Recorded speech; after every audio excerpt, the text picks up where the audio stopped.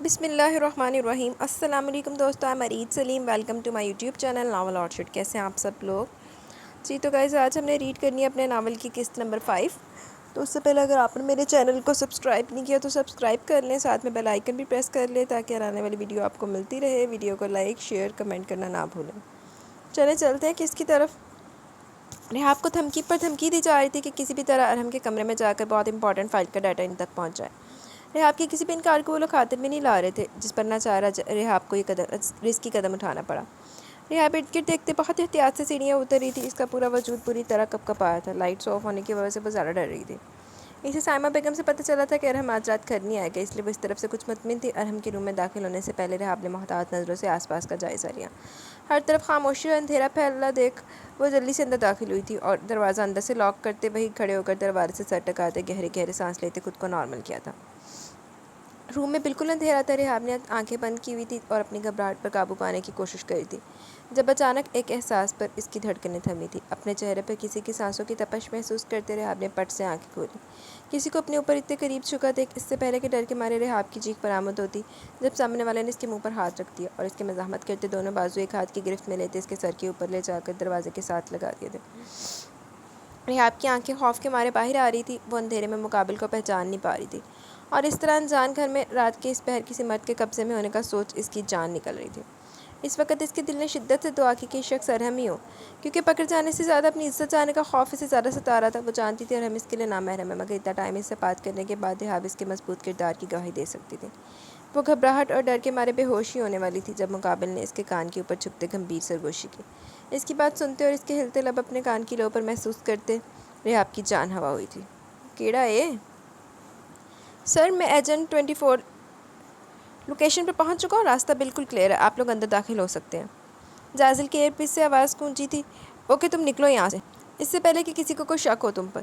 جازل زیمل کو اپنے ساتھ آنے کا اشارہ کرتے کچھ فاصلے پر موجود ٹوٹی پھوٹی جھونپڑی کی طرف بڑھا، جہاں ان کا آدمی موجود تھا جو بظاہر ZSK کے لیے کام کرتا تھا۔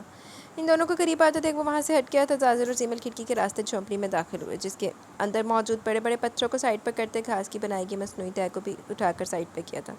وہاں کا حصہ باقی زمین سے تھوڑا مختلف لگ رہا تھا۔ جازل نے زور لگا کر اسے دبایا تو پیچھے ہوتا چلا گیا، جس کے ہٹنے سے انہیں زمین کے اندر جانے کے لیے ایک چھوٹی سی سرنگ نظر آ رہی تھی۔ مزید دیر نہ کرتے جازل زیمل کو اپنے پیچھے آنے کا اشارہ کرتے سرنگ میں اتر گیا۔ زیمل بھی جازل کے پیچھے اندر داخل ہوئی۔ وہ سرنگ اتنی تنگ اور تاریک تھی کہ زیمل کو اپنا سانس گھٹتا محسوس ہو رہا تھا۔ زیمل، آپ ٹھیک ہو؟ جازل نے گہری گہری سانس لیتی زیمل سے پوچھا۔ یس، میں ٹھیک ہوں۔ جازل کو زیمل کی گھٹی گھٹی آواز سنائی دی، جس میں آگے بڑھنے کا جوش صاف نظر آ رہا تھا۔ پتھروں اور مٹی کے سہارے کافی نیچے آ کر انہیں روشنی دکھائی دی۔ سنبھل کر قدم رکھتے وہ دونوں آگے بڑھے۔ سرنگ کے ختم ہوتے ہی زمین کے اندر ہی آگے تھوڑے فاصلے پر بہت مضبوط سے 2 ہال نما کمرے بنائے گئے تھے، جن کے باہر 4 سے 5 لوگ پہرے پر موجود تھے۔ اندھیرے کا فائدہ اٹھاتے دونوں نے ایک ساتھ اٹیک کرتے دوسرے 2 پہرے داروں کی گردن اڑا دی تھی۔ گلزار، کیا ہوا؟ آواز کیسی ہے وہاں؟ دور کھڑے ایک پہرے دار نے کچھ ہلچل محسوس کرتے آواز لگائی۔ جواب نہ ملنے پر جیسے وہ اس طرف بڑھا، زیمل نے ایک ہی جست میں اس پر جھپٹتے اس کا بھی کام تمام کر دیا۔ 2 لوگوں کو اپنی طرف بڑھتا دیکھ ہال کے بالکل سامنے موجود باقی 2 پہرہ دار ہوشیار ہوئے، لیکن ان کے کچھ بھی سمجھنے سے پہلے جازل سیلنسر لگے پسٹل سے ان کی گردنیں اڑا چکا تھا۔ جب اچانک جازل نے کچھ محسوس ہونے پر پیچھے مڑ کر دیکھا اور جلدی سے زیمل کو اپنی طرف کھینچتے پیچھے سے کیے جانے والے خنجر کے وار سے بچایا۔ زیمل اچانک رونما ہونے والی افتاد پر جازل کے سینے سے چاٹ ٹکرائی۔ جازل کے فولادی جسم سے ٹکرانے پر زیمل کے سر سے ٹیسے اٹھتی تھی۔ زیمل پر اٹھا خنجر جازل کے کندھے میں کھپ چکا تھا۔ اس کے سینے سے سر اٹھاتے زیمل نے جازل کے چہرے پر موجود تکلیف کے آثار دیکھے تھے۔ یہ اندھیرے میں ایک طرف چھپ کر بیٹھے ان کے ایک اور ساتھی کی حرکت تھی جو ایک بار پھر حملہ آور ہوا، مگر جازل جیسے باڈی بلڈر کو قابو کرنا اتنا آسان کام نہیں تھا اور یہی ہوا تھا۔ اگلے چند سیکنڈ میں وہ شخص جازل کے رحم و کرم پر تھا۔ زیمل جازل کو اس پر قابض ہوتا دیکھ پہلی ہال کے قریب پہنچ چکی تھی۔ جس کمرے میں اس نے قدم رکھا وہاں منشیات کا نام و نشان نہیں تھا، لیکن ایک طرف 4 لوگ شراب کے نشے میں دھت تاش کھیلنے میں مصروف ادھر ادھر جھول رہے تھے۔ زیمل نے حقارت بھری نظروں سے دیکھتے ان سب کی گولیوں سے بھونتے زمین کو اس کے ناپاک وجود سے چھٹکارا دلایا تھا۔ جازل جو باہر موجود ارد گرد کا جائزہ لے رہا تھا، زیمل کو وہاں سے نکلتا دیکھ دوسرے ہال کمرے میں داخل ہوا، لیکن اندر داخل ہوتے سامنے کا منظر دیکھ وہ دنگ رہ گئے۔ اطلاع کے مطابق وہاں بھاری مقدار میں منشیات کا ذخیرہ موجود تھا، جسے اس ملک کی روشن مستقبل کے ضامن نوجوان کو عادی بنا کر انہیں ختم کیا جا رہا تھا۔ جازل نے آگے بڑھتے وہاں بم اٹیچ کیا اور ٹائم سیٹ کرتے وہ دونوں بھاگتے ہوئے باہر نکل کر واپس سرنگ میں داخل ہوئے تھے۔ جازل زیمل کا ہاتھ تھامے جلدی جلدی اوپر کی طرف چڑھ رہا تھا۔ کندھے سے لگے خنجر کی وجہ سے خون کافی زیادہ بہہ رہا تھا، لیکن جازل نے بہادری سے اپنے درد پر قابو پاتے اپنا کام جاری رکھا تھا۔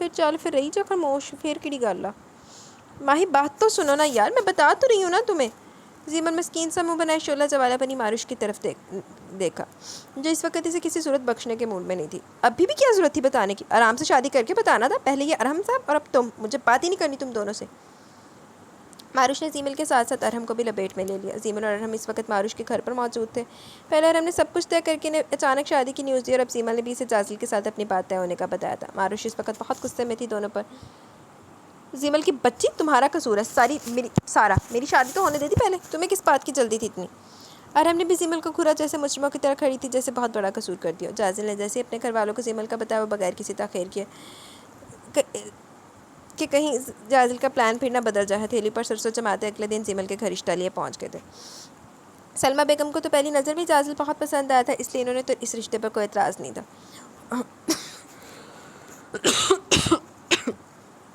اور اوپر سے زیمل کتنے آرام سے اقرار کرنے پر ان کی خوشی کا کوئی ٹھکانہ ہی نہیں رہا تھا۔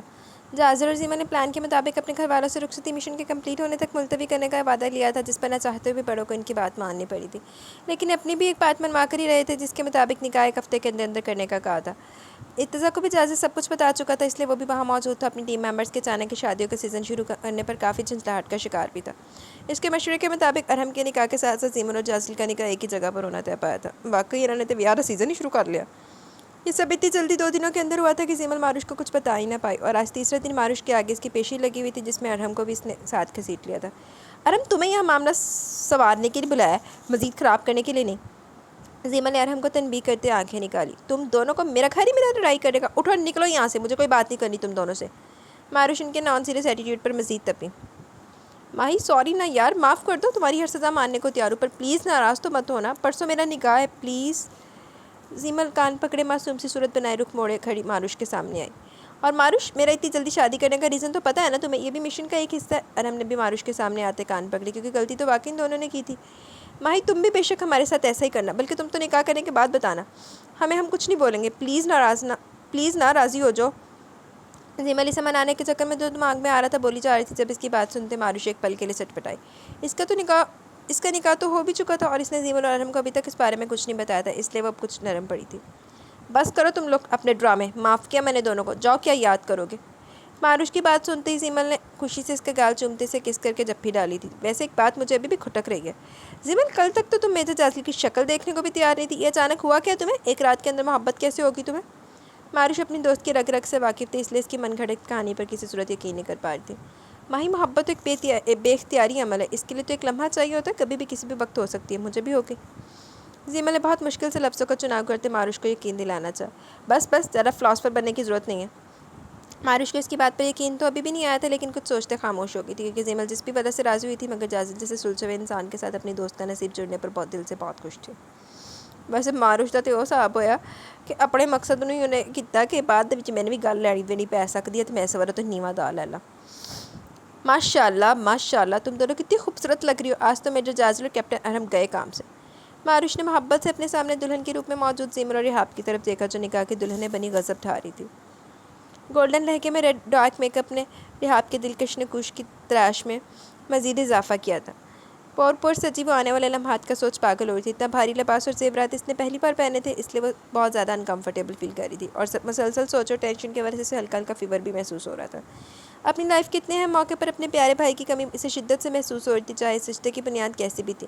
لیکن صبح سے نہ جانے کتنی بار اپنے پیرنٹس اور انیس کو یاد کر کے رو چکی تھی، جو اس دنیا میں ہوتے ہوئے بھی اس کے ساتھ نہیں تھے۔ اس وقت اداسی اور سوگواریت نے اس کے حسن کی رعنائیوں کو مزید بڑھا دیا تھا، اور ہم نے پہلی نظر میں چاروں شانے چت ہو جانا تھا آج۔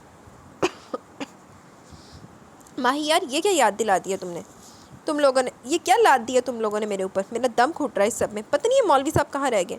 زیمل کی اکتائی ہوئی آواز پر ماروش اس کی بات کو انجوائے کرتے کھلکھلائی تھی۔ زیمل ڈارک پرپل میکسی اور لائٹ سے میک اپ میں آج معمول سے ہٹ کر ہونے کی وجہ سے پہچانی نہیں جا رہی تھی۔ جویلری بہت انکار کے باوجود بھی سلمیٰ بیگم نے اسے اچھی خاصی پہنا دی تھی۔ ہمیشہ لاپرواہ سے حلیے میں رہنے والی زیمل اس وقت سجی سوری پریوں کے حسن کو بھی مات دے رہی تھی۔ زیمل کے سہانے روپ کو دیکھ کر یہی لگ رہا تھا کہ آج میجر جازل کے تمام دعوے دھرے کے دھرے رہنے والے ہیں۔ وہ آج کسی صورت زیمل کے قاتلانہ حسن کے وار برداشت نہیں کر پائے گا۔ میری بے صبری دلہن، حوصلہ رکھو، اور ساتھ تھوڑی شرم بھی کر لو۔ تمہاری نندے باہر ہی موجود ہے، کیا کہیں گی کتنی بے شرم بھابھی ملی ہے انہیں، ایسے منہ پھاڑے مولوی صاحب کا پوچھ رہی ہے۔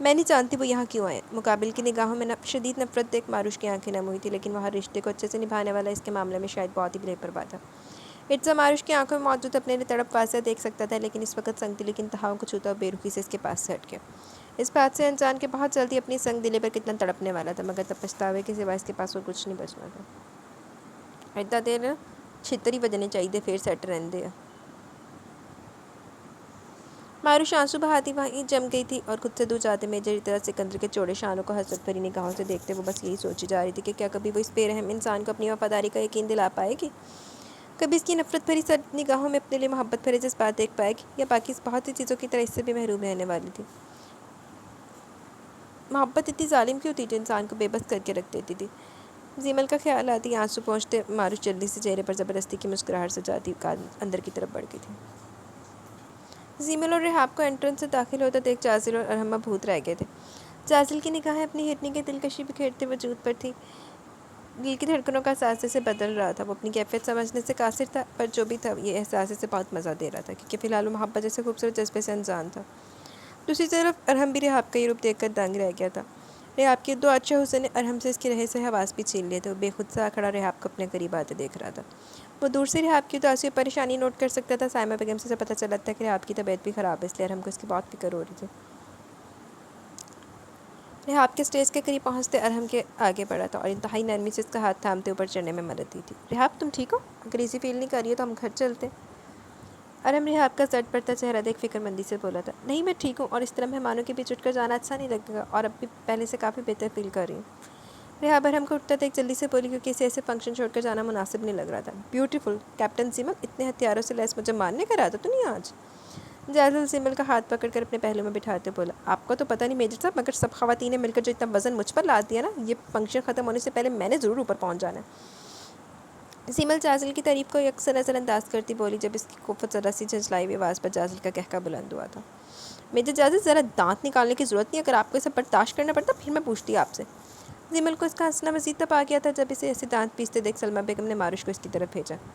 زیمل تم دلہن ہو، کچھ تو دلہناپے کا خیال کرو، اسٹیج پہ بیٹھ کے بھی تمہاری لڑائیاں ختم نہیں ہو رہی۔ سلمیٰ آنٹی خفا ہو رہی ہیں۔ ماروش زیمل کے قریب جھکتے آہستہ آواز میں بولی، یار ماہی، ایک تو مجھے یہ بات سمجھ میں نہیں آتی، یہ واقعی میری سگی ماں ہے کیا؟ زیمل دور کھڑی سلمیٰ بیگم کی گھوریاں نوٹ کرتی روحانسی آواز میں بولی، ہاں بدتمیز۔ ماروش کے ساتھ ساتھ اس کی بات سنتے جازل نے بھی کہکہ لگایا، جب اسی لمحے ارتضیٰ کے ساتھ کھڑی زینب کی نگاہ ماروش پر پڑی تھی۔ ارتضیٰ، یہ اسٹیج پر زیمل کے ساتھ جو لڑکی بیٹھی ہے یہ کون ہے؟ زینب نے نگاہیں ماروش کے چہرے پر ٹکاتے ارتضیٰ سے پوچھا، جب ارتضیٰ کے ساتھ ساتھ وہاں موجود ناہید بیگم اور باقی سب نے بھی ماروش کی طرف دیکھا تھا۔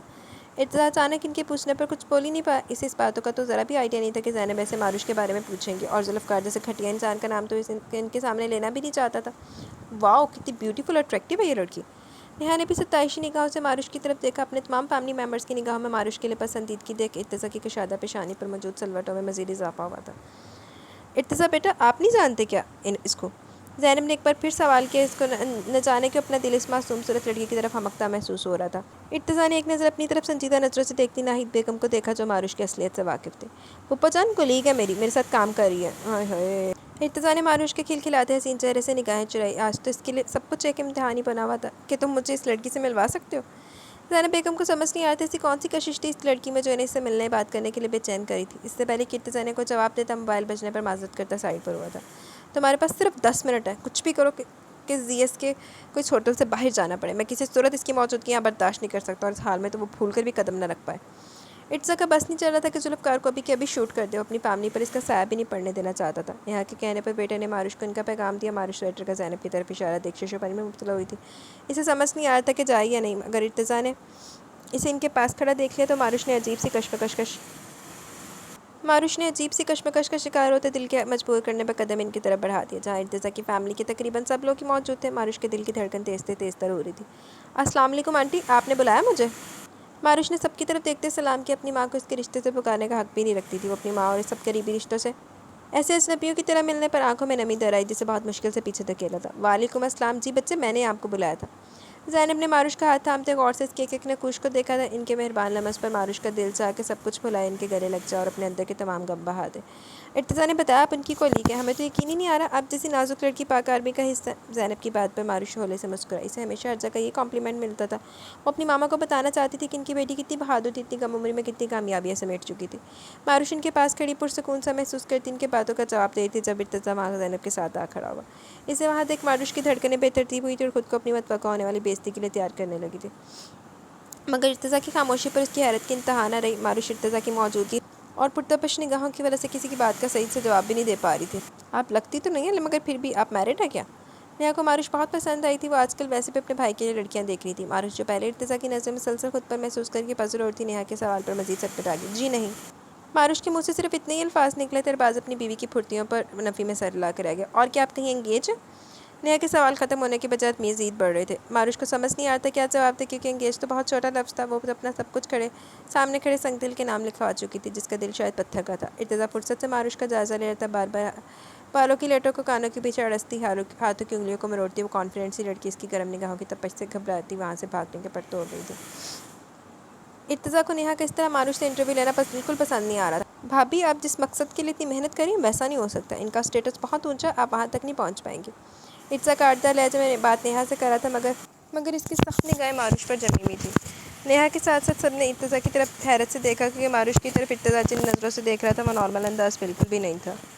کیوں مس ماروش، ٹھیک کہا نا میں نے؟ ارتضیٰ نے اپنی سرخ آنکھوں سے ماروش کی آنکھوں میں جھانکا۔ نیہا ارتضیٰ کے انداز پر اپنی جگہ شرمندہ سی ہوگی، ناہید بیگم کو ارتضیٰ کا ماروش اس طرح اس سب کے سامنے شروع ہو جانا بالکل پسند نہیں آیا تھا۔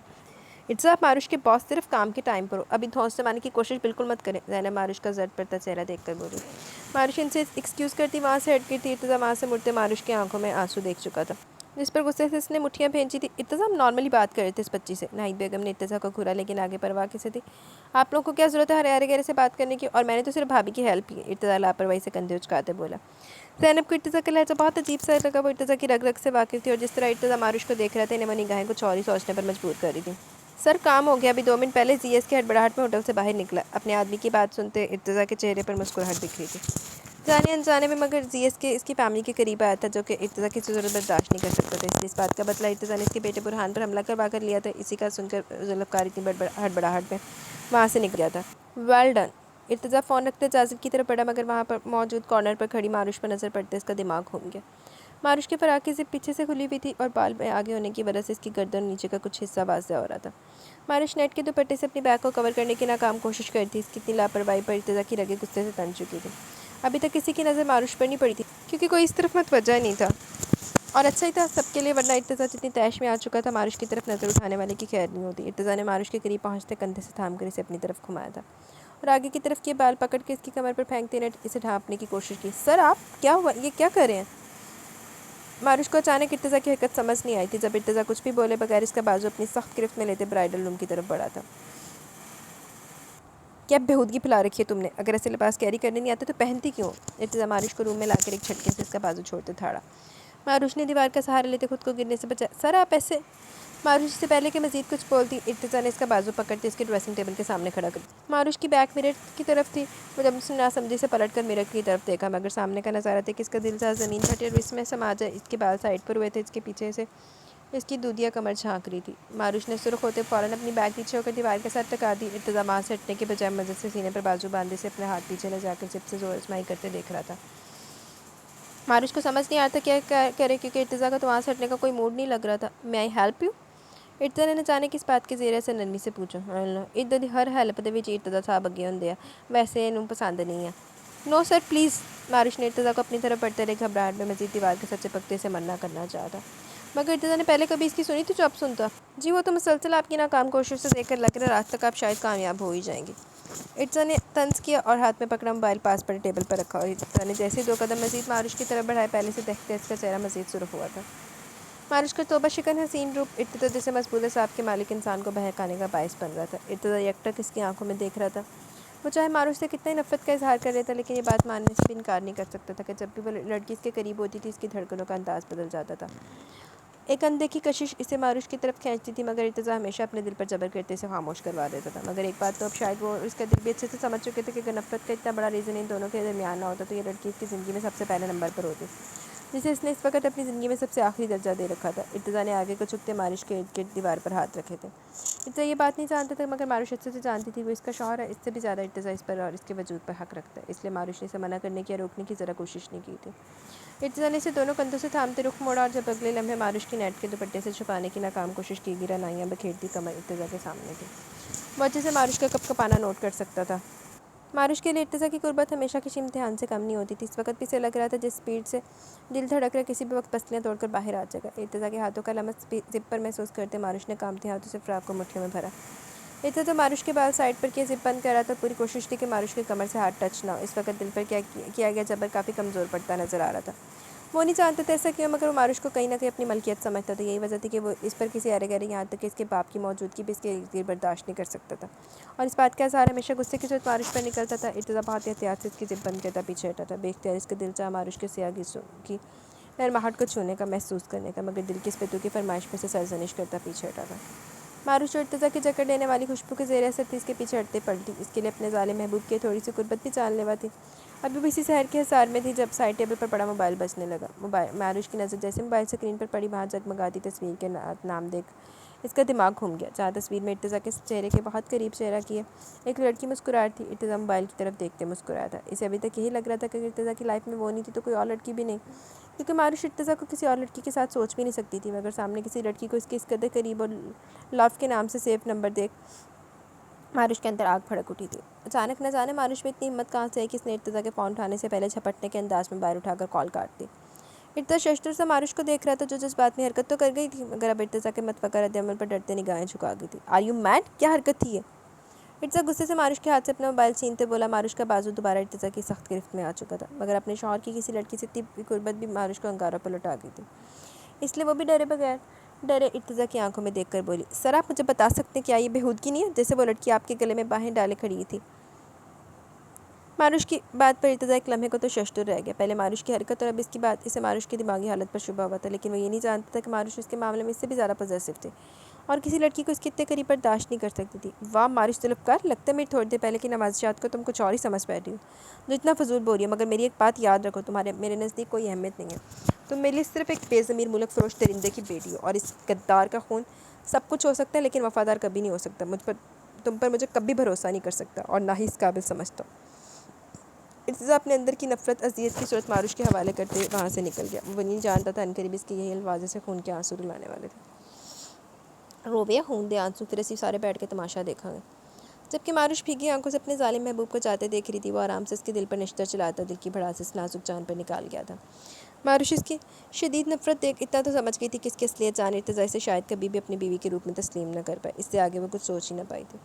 اسے شاید اب رہتی زندگی اس نفرت کی آگ میں جلنا تھا، یہ بات اسے اندر ہی اندر تڑپا رہی تھی کہ ارتضیٰ کسی اور لڑکی سے محبت کرتا ہے، اپنی خوش فہمیاں یاد کرتے وہ خود پر ہنسنے کے سوا کچھ نہیں کر سکتی تھی، جبکہ قسمت اس کے ساتھ کوئی اور ہی کھیل کھیلنے والی تھی جس سے شاید اسے اپنے سارے غموں سے نجات ملنے والی تھی۔ لیٹس سی کی ہوندہ ریحاب کی طبیعت کو دیکھتے ارحم اسے جلدی سے حال سے واپس لے آتا۔ ریحاب کو ارحم کے فلی ڈیکوریٹڈ روم میں اس کی سیج پر بٹھایا گیا تھا۔ وہ آنے والے لمحوں کا سوچتے گھبراہٹ سے بے ہوش ہونے کے قریب تھی۔ اس کو سمجھ نہیں آتا کیسے ارحم کو خود سے دور رکھے اور اسے بتایا کہ رشتہ صرف عارضی ہے، لیکن اتنا دماغ لگانے کے بعد بھی ابھی کوئی ترکیب سوچ نہیں پائی تھی۔ ابھی اپنے خیالوں میں الجھی ہوئی تھی جب دروازہ کھلنے میں بند ہونے کی آواز کے ساتھ اسے بھی اپنی سانسیں بند ہوتی محسوس ہوئی۔ ہاتھ پاؤں بالکل سرد ہو چکے تھے۔ سلام کرتے ارحم ریحاب کے قریب بیڈ پر جا بیٹھا اور محبت پاش نظروں سے اس حسین مورتی کو دیکھ رہا تھا جس نے اس کی بے رنگ زندگی میں قدم رکھ کر اسے بہت ہی خوبصورت جذبات اور احساسات سے روشناس کروایا تھا۔ ارحم نہ جانے کتنے لمحے اس کے حسین سراپے میں کھویا رہا تھا جب ریحاب کی چوڑیوں کی کھنک پر ہوش کی دنیا میں لوٹا تھا اور ریحاب کا چوڑی اور مہندی سے سجا نازک ہاتھ نرمی سے اپنی گرفت میں لیا۔ ریحاب اس کے لمس پر قسمس آئی تھی، میری زندگی میں داخل ہو کر مجھے اس سے موت پر کرنے کا شکریہ۔ میں نہیں جانتا نہ جانے کب کیسے تم سے اتنی محبت کرنے لگا ہوں کہ اب ایک سیکنڈ بھی تم سے دور رہنا مشکل ہو گیا۔ میں محبت کے بہت بڑے وعدے نہیں کروں گا، کیونکہ آنے والی زندگی میں تم خود دیکھ لو گی میرے لیے میری محبت کی شدت، اپنے لیے میری محبت کی شدت۔ مگر میں بس اتنا کہنا چاہوں گا کہ اپنی آخری سانس تک تمہاری حفاظت کروں گا، کچھ بھی ہو جائے تم پر آنچ بھی نہیں آنے دوں گا۔ ارحم نے ہولے سے اس کے ہاتھ پر ہونٹ رکھے تھے۔ ریحاب نے ارحم کے محبت بھرے لمس اور باتیں سن کر ایک دم نظریں اٹھاتے اس کی طرف دیکھا۔ جب نگاہیں ملنے پر اس کے جذبات کی شدت برداشت نہ کرتے ریحاب نگاہیں چرا کے تھی۔ اس کے ٹھنڈے پڑتے جذبات میں ہلچل سی پیدا ہوئی تھی۔ ارحم کا لمس اس کے محبت بھرا انداز ریحاب کے دل میں کوئی اور ہی داستان رقم کر رہا تھا اور اس ساحل کے جادو میں نہیں آنا چاہتی تھی، مگر اس وقت اس کے آگے بے بس زور تھی۔ ارحم اور بھی بہت کچھ کہہ رہا تھا مگر ریحاب کا دل اس کی گرفت میں موجود اپنے ہاتھ میں دھڑکنے لگا تھا۔ کیا ہوا؟ تم آج کچھ بولو گی نہیں آج؟ میں بھی اظہار سننا چاہتا ہوں، اب تو اس سب کا حق حاصل ہے مجھے۔ ارم جو اس کے قریب بیڈ پر ترچھا لیٹ کے گہری نظروں سے اس کا جائزہ لے رہا تھا، اس کو مسلسل خاموش دیکھ کے ایک جھٹکے سے اپنی طرف کھینچا جس پر ریحاب سنبھلنے کا موقع ملے بغیر ارم کے سینے کا حصہ بنی تھی۔ میری طبیعت ٹھیک نہیں، پلیز، ریحاب ارم کی گرم سانسیں اپنے چہرے کے قریب محسوس کرتے بولی، جلدی سے بولی۔ جب ارم نے اپنے حق استعمال کرتے ریحاب کی پیشانی پر پہلا استحقاق بھرا لمس چھوڑا، اس کے ہونٹوں کی شدت پر ریحاب اندر تک کانپ گئی تھی۔ وہ کسمسا کے اس کے حصار سے نکلی ہر گزرتا لمحہ اس کے خوف اور گھبراہٹ میں اضافہ کر رہا تھا۔ اس کے گریز پر ارم دھیرے سے مسکرایا، وہ ریحاب کی کیفیت اچھے سے سمجھ رہا تھا۔ اٹھ کر ریحاب کے قریب ہوتے اس کی نظر ریحاب کے گلے میں پہنے لاکٹ پر پڑی، جس کی اصلیت کو اچھے سے جانتا تھا۔ نہ جانے سے اچانک کیا ہوا کیسے ہاتھ بڑھا کر ریحاب کے نازک سی گردن میں پہنا ہوا لاکٹ اتارنا تھا، جو دونوں کی پرائیویسی کو ڈسٹرب کر رہا تھا۔ پلیز ارم، یہ آپ کیا کر رہے ہیں؟ ریحاب کو اس سے ایسی کسی حرکت کی امید نہیں تھی، اس کے دماغ میں غفور کی دھمکی گھوم رہی تھی، مگر ارم نے اس کے ہونٹوں پر ہاتھ رکھ کر خاموش رہنے کا اشارہ کیا۔ تمہاری اس خوبصورت گردن میں یہ نہیں بلکہ میری محبت کی نشانی ہونی چاہیے۔ ارم اپنی خماروں نگاہ اس پر گاڑے بولا، وہ ایک ہاتھ سے اس کی گردن کے پیچھے لے جا کر لاکٹ اتار دیا۔ ریحاب چاہنے کے باوجود بھی اسے روک نہیں پا رہی تھی کیونکہ آج ارم کسی اور ہی موڈ میں تھا۔ ارم کی انگلیوں کا لمس اپنی گردن پر محسوس کرتے ریحاب کی سانسیں بگڑ رہی تھی۔ ارم نے وہ لاکٹ سائڈ دراز میں ڈال کر اپنی پاکٹ میں سے ایک ڈائمنڈ کا پینڈنٹ نکال کے اسے ریحاب کی گردن میں پہنا دیا۔ ارم نے ریحاب کے چہرے کو ہاتھوں کے پیالے میں تھامتے اپنے چہرے کے بہت قریب کیا۔ میں نہیں چاہتا تھا کہ مجھے کبھی کسی سے اتنی محبت بھی ہو جائے گی۔ کوئی میرے لیے اتنا ضروری بھی ہو سکتا ہے۔ محبت کے ساتھ ساتھ تمہارے لیے میرے دل میں بہت عزت اور بھروسہ ہے۔ تم پر بے حد یقین ہے مجھے کہ تم کبھی کچھ غلط نہیں کرو گی، کبھی بھی کسی موڑ پر میرا بھروسہ نہیں توڑو گی، ایسا ہے نا؟ ارم نے ریحاب کی آنکھوں میں اپنے جذبوں سے بوجھل آنکھیں گاڑی تھی، جن کے وار سے شاید بچنا شاید اب ریحاب کے لیے بھی ناممکن تھا۔ وہ نہیں جانتی تھی کہ جھوٹ کی بنیاد پر قائم کیا گیا رشتہ ان دونوں کے دلوں کی گہرائی میں اتر جائے گا۔ ریحاب نے ارم کے پرحدت لمس کے زیر اثر اسبات میں سر ہلایا تھا۔ محبت سے بھی زیادہ مجھے تمہارا یقین چاہیے۔ میں چاہتا ہوں تم مجھ پر سب سے زیادہ اعتبار کرو، کبھی بھی کوئی بات نہ چھپاؤ۔ ہمارے درمیان کسی قسم کا کوئی پردہ نہیں ہونا چاہیے۔ ارم کی ایک ایک بات ریحاب کے دل میں اتر رہی تھی۔ وہ مبہوت سے اپنے سامنے بیٹھے اس وجیز شخص کی طرف دیکھ رہی تھی، جس کے نام آج اس نے اپنی پوری زندگی لکھ دی تھی۔ کیا ہمارے درمیان ابھی کوئی ایسی بات ہے جس کے بارے میں مجھے نہیں پتہ یا تم مجھے بتانا چاہتی ہو، جو تمہیں پریشان کریے؟ اگر کوئی بھی بات ہو تو تم مجھ سے بلا جھجک بتا سکتی ہو، میں ہمیشہ تمہارے ساتھ ہوں۔ ارم چاہتا تھا ریحاب اس پر بھروسہ کرے، اسے بلیک میلر کے متعلق اپنے منہ سے ساری بات بتائے، اس لیے وہ اسے اپنا اعتبار سونپتے بولنے پر اکسا رہا تھا۔ ریحاب کا دل چاہا وہ سب کچھ ارم کو بتا دے، اس کے سینے کے مضبوط حصار میں چھپ کر اپنی تمام پریشانی اور خوف ختم کر دے۔ اب تو ارم اس کا وہ لاکٹ بھی اتار چکا تھا، اس کا دماغ بار بار اسے ارم کو سب کچھ بتانے پر آمادہ کر رہا تھا، لیکن دل کی اپنی دہائیاں جاری تھی جو اسے جذباتی قدم اٹھانے سے روک رہی تھی۔ اگر ارم کو پتہ چل جاتا کہ ریحاب کا یہاں اس کی سیج پر بیٹھنا صرف ایک پلاننگ کے تحت ہوا تو جن آنکھوں میں وہ ابھی اپنے لیے بے پناہ چاہت دیکھ رہی تھی، وہاں نفرت دیکھنا اس کے لیے بہت اذیت ناک ہو جاتا۔ ارم کی محبت کا پودا تو بہت پہلے سے اس کے دل میں اگ چکا تھا، مگر اس کی موجودگی کا احساس ریحاب کو آج ہو رہا تھا، اور یہ اس کے لیے بہت ہی اچھوتا احساس تھا کہ شخص بغیر کسی غرض و لالچ کے اسے چاہتا تھا۔ موت پر تو اس نے ریحاب کو کیا تھا، اتنے لوگوں کی موجودگی میں اپنا نام اور ایک مقام دے کر۔ وہ ارم کو سچائی بتا کر خود سے بدگمان بالکل نہیں کرنا چاہتی تھی۔ نہیں، ایسی کوئی بات نہیں، مجھے آپ پر برا بھروسہ ہے، اگر آگے کوئی بھی بات ہوئی تو میں آپ سے شیئر کروں گی، ریحاب نے نظریں چراتے کہا۔ اس کے جھوٹ پر ارم نے افسوس سے اس کی طرف دیکھا، مگر ریحاب شاید اب بھی اس پر بھروسہ نہیں کر پائی تھی۔ ریحاب کی طبیعت کافی دیر بیٹھے رہنے کی وجہ سے مزید خراب ہو رہی تھی۔ ارم بھی بخار سے تب اس کے وجود کی گرماہٹ برداشت کر سکتا تھا۔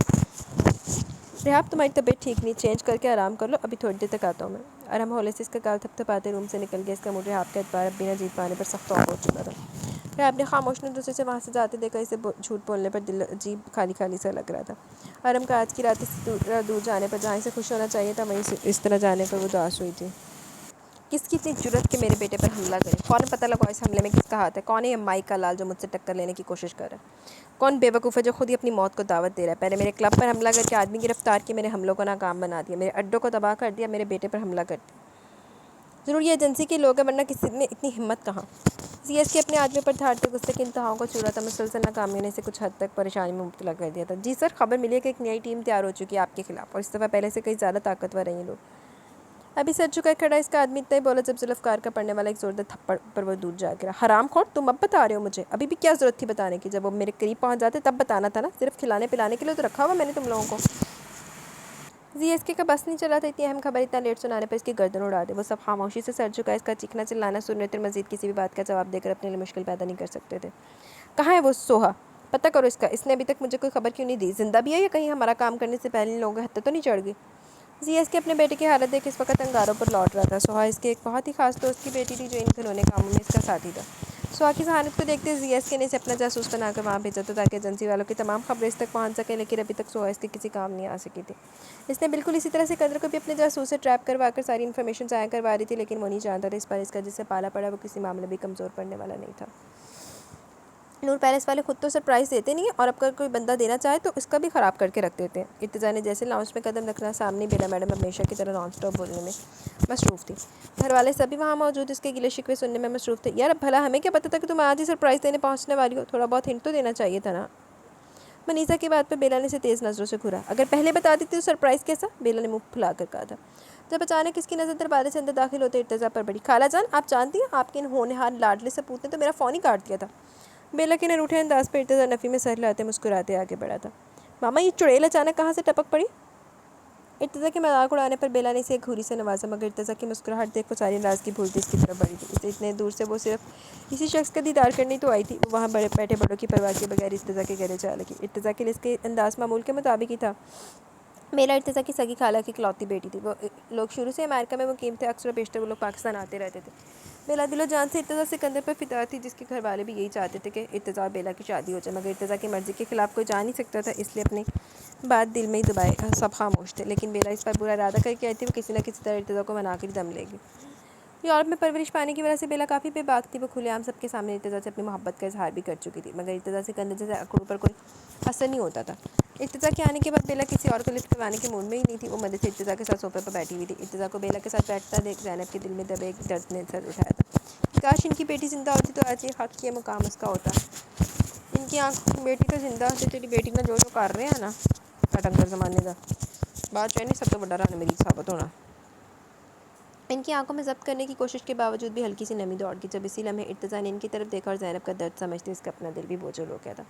جب سے ماروش کو ایسے چھوڑ کر آیا تھا، اس کا دل عجیب بے چین سا تھا۔ وہ سمجھ نہیں پا رہا تھا کہ ایسا کیوں ہو رہا ہے اس کے ساتھ۔ ماروش جب اس کے لیے کوئی اہمیت ہی نہیں رکھتی تو اس کا دل ماروش کے حوالے سے اتنا اداس کیوں ہو رہا تھا؟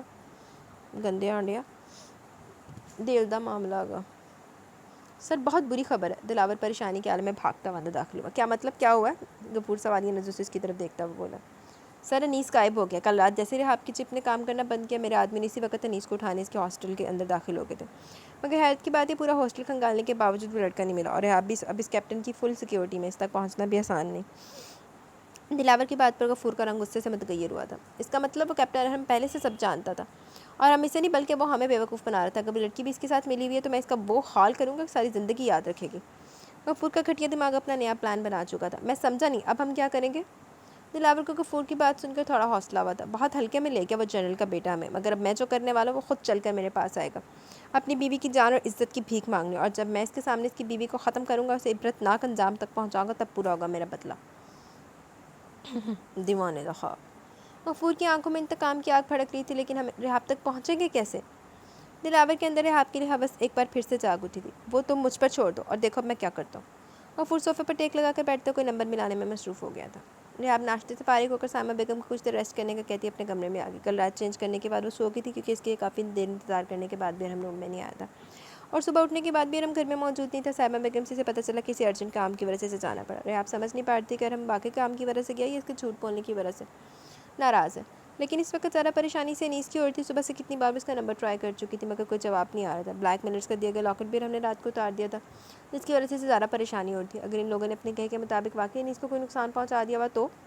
رحاب پریشانی کے عالم میں کمرے میں ٹہل رہی تھی، اسے کچھ سمجھ میں نہیں آ رہا تھا کیا کرے۔ ارحم فون پر بات کرتا اندر داخل ہوا، مگر سامنے کا منظر دیکھ اسے خوشگواریت محسوس ہوئی۔ رحاب اسٹائلش سے سی گرین کلر کے شفون کے فراک میں لائٹ سے میک اپ اور جویلری میں نقصق سے تیار اس کی ساری تھکن ختم کر چکی تھی۔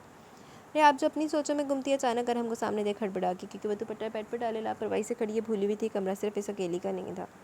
ارحم اس کے حسین سراپے پر نظریں گاڑے فون پر بات کرنے میں مصروف اس کی طرف بڑھا تھا۔ رحاب نے جلدی سے بیڈ کی طرف بڑھنا چاہا، مگر ارحم نے اس کے بازو کو گرفت میں لیتے اپنی طرف کھینچا تھا۔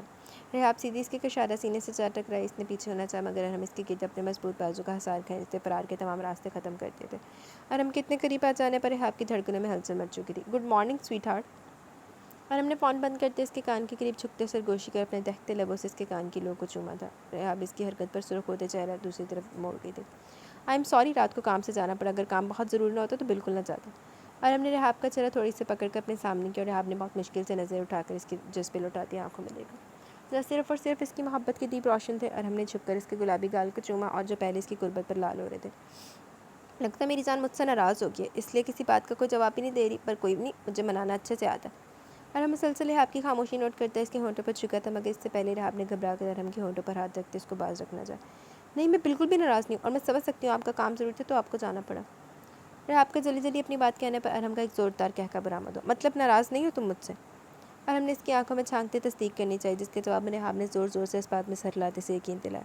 میری بیوی اگر مجھ سے ناراض نہیں تو سب ٹھیک ہے، تو کیوں نہ تھوڑا سا پیار کر لیا جائے؟ ارحم کی مانی کے اس بات پر ریحام نے مشکوک انداز میں اسے دیکھتے پیچھے ہٹنا چاہا، مگر ارحم اس کے گرد اپنی گرفت مضبوط کرتے اسے اپنے قریب کی طرف کر چکا تھا۔ میں اتنا بھی شریف نہیں ہوں ڈیئر وائف۔ ارحم کی آنکھوں میں شرارت واضح تھی۔ ارحم پلیز۔ ریحام اس سے پہلے کہ کچھ کہتی ارحم اس کے ہونٹوں کو اپنی قید میں لیتے اپنی محبت کی شدتوں سے اسے روشناس کرواتا چلا گیا۔ ریحام نے ارحم کی شرٹ کو سختی سے مٹھیوں میں جکڑ رکھا تھا۔ ارحم کے لمس میں بے پناہ محبت کے ساتھ ساتھ بے حد نرمی بھی تھی۔ ریحام کو اپنا سانس رکتا ہوا محسوس ہو رہا تھا جب اس نے ارحم کے سینے پر دباؤ ڈالتے سے دور دھکیلا تھا۔ ارحم بھی ریحام کا خیال کرتے فوراً پیچھے ہوا تھا، جو سر اس کے سینے پر ٹکائے گہرے گہرے سانس لیتے خود کو نارمل کرنے کی کوشش کر رہی تھی۔ ابھی سے یہ حال ہو رہا ہے؟ ابھی تو میں نے ٹھیک سے پیار کیا ہی نہیں۔ ارحم نے اپنی چھوئی موئی سی نازک بیوی کی حالت دیکھتے اس کا مذاق اڑایا تھا، جس کے جواب میں ریحام اسے گھور بھی نہ سکی تھی۔ وہ تو سوچ کے آئی تھی کہ ارحم کو اپنے قریب بھی نہیں آنے دے گی اور نہ ہی اپنے دل کو کسی بھی صورت اس شخص کے سامنے کمزور پڑنے دے گی۔ سارے ارادے دھرے کے دھرے رہ گئے تھے۔ دلی سے دگا دے گیا تھا۔ وہ ارحم اور اس کے گھر والوں کے اچھے سلوک اور بے پناہ محبت کے آگے ہار رہی تھی۔ آج سے پہلے اس نے اس طرح کا فیملی کا پیار اور کیئر کہاں دیکھی تھی؟ انہی چیزوں کے لیے تو وہ ساری زندگی ترستی آئی تھی، اور اب جب ملی تو وہ بھی ادھوری خوشی لیے۔ کاش کہ وہ ارحم کو سب سچ بتا سکتی اپنے پیرنٹس انیس کے بارے میں، اور سب سے بڑی بات بلیک میلرز کے بارے میں۔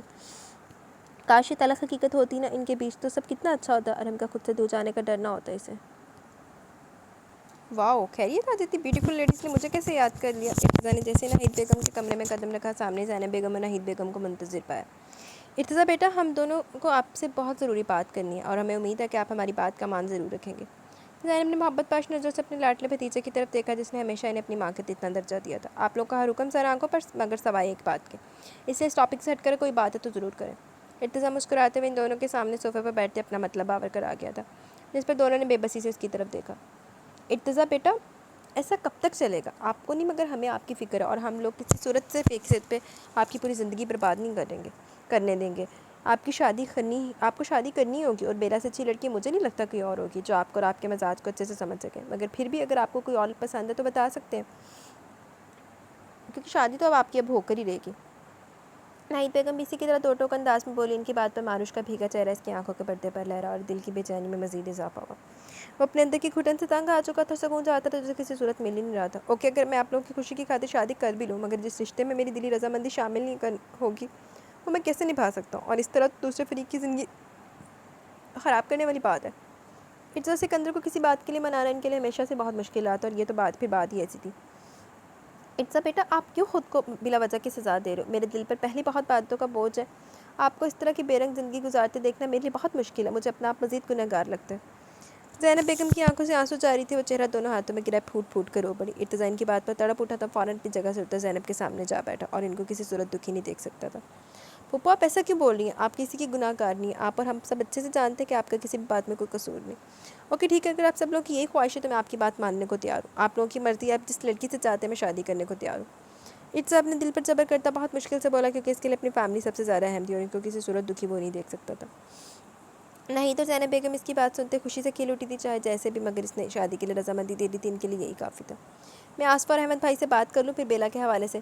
وہ لوگ تو نہ جانے کتنی بار دبے لفظوں میں اس رشتے کے متعلق بات کر چکے ہیں۔ ناہید بیگم جلدی سے بولی کہ کہیں ارتضیٰ پھر سے موڈ نہ چینج کر لے۔ ماما، جیسے آپ کو مناسب لگے آپ کر لیں۔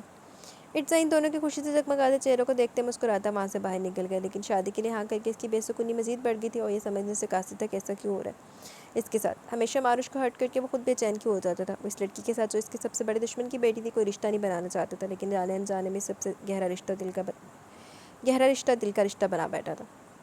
ماہی، چلو میرے ساتھ، اتنے اچھے ہیں وہ سب، دیکھنا تمہیں ان سب سے مل کر بہت اچھا لگے گا۔ زیمل ماروش کے بہت انکار کے باوجود بھی اسے نور پہلے ساتھ گھسیٹ لائی تھی۔ زیمل، کبھی تو کسی کی سن لیا کرو، ایسے اچھا تو نہیں لگتا نا کسی کے گھر جانا؟ ماروش ارتضیٰ کی وجہ سے وہاں جانے سے گریز آتی، ورنہ اس کا بہت دل چاہ رہا تھا اپنی ماما سے ملنے کا، ان سے بات کرنے کا۔ نکاح والے دن ناہید آنٹی نے خود بولا تھا مجھے کہ تمہیں کبھی لاؤں ان کے گھر۔ زیمل ماروش کا ہاتھ پکڑے نور پیلس کے اندر قدم رکھ چکی تھی۔ تھینک گاڈ زیمل آنی، آپ آ گئی۔ یہ دیکھیں اس ہادی نے کیا کیا، سارا آئل فرش پر پھینک دیا، اور پینٹنگ ابھی تک مکمل نہیں کر پایا۔ آپ پلیز ہماری ہیلپ کر دیں گی؟ زیمل کو ڈرائنگ روم میں داخل ہوتا دیکھ طلحہ بھاگتا ہوا اس کے پاس آیا، اس کا ہاتھ پکڑ کے جلدی سے اپنے روم کی طرف بڑھ گیا۔ ماروش حیرت سے زیمل کو جاتے دیکھتی رہی تھی، جب ایک طرف سے اسے ناہید بیگم آتی ہوئی دکھائی دی۔ ارے بیٹا، آپ یہاں کیوں کھڑی ہیں؟ اندر آئے نا۔ ناہید بیگم ماروش سے ملنے کے بعد اسے اندر کی طرف لے گئی تھی، جہاں سامنے نیہا، منیزہ اور صباحت بیگم کے ساتھ بہت سارے ڈریسز پھیلائے بیٹھی تھی۔ آپ کے گھر کوئی شادی کا فنکشن ہے کیا؟ ماروش نے وہاں پہلی چیز اور ہلچل دیکھ سرسری سا پوچھا، مگر آگے سے ملنے والا جواب اس کو ہلا کر رکھ گیا۔ بیٹا لگتا ہے ارتضیٰ نے ابھی تک اپنے کولیگس میں نہیں بتایا، دراصل کل اس کی منگنی ہے میری بھانجی بیلا کے ساتھ۔ ناہید بیگم نے بات کرتے جانتی نظروں سے ماروش کا چہرہ دیکھا اور ماروش کا بدلتا رنگ دیکھ ان کا شک ٹھیک نکلا تھا۔ ماروش اور ارتضیٰ کے درمیان ضرور کچھ تھا جس کو وہ دونوں خود سے بھی چھپانے کی کوشش کر رہے تھے۔ ماروش کو لگا ہوا میں آکسیجن کم ہوگی، اس کا فرض، اس کی ڈیوٹی، مزید اسے کس طرح امتحان لینے والی تھی۔ اس کی آنکھوں کے سامنے اس کا شوہر میجر ارتضیٰ سکندر کسی اور لڑکی سے شادی کرنے والا تھا۔ ماروش ابھی انہی سوچوں میں الجھی ہوئی تھی جب دروازے کے اندر سے ارتضیٰ کے بازو میں بازو ڈالے بیلا اندر آتی دکھائی دی۔ ہنستے ہنستے جب بیلا نے اس کے سینے پر ہاتھ رکھا تو ماروش کے اندر آگ سی بھڑک اٹھی تھی۔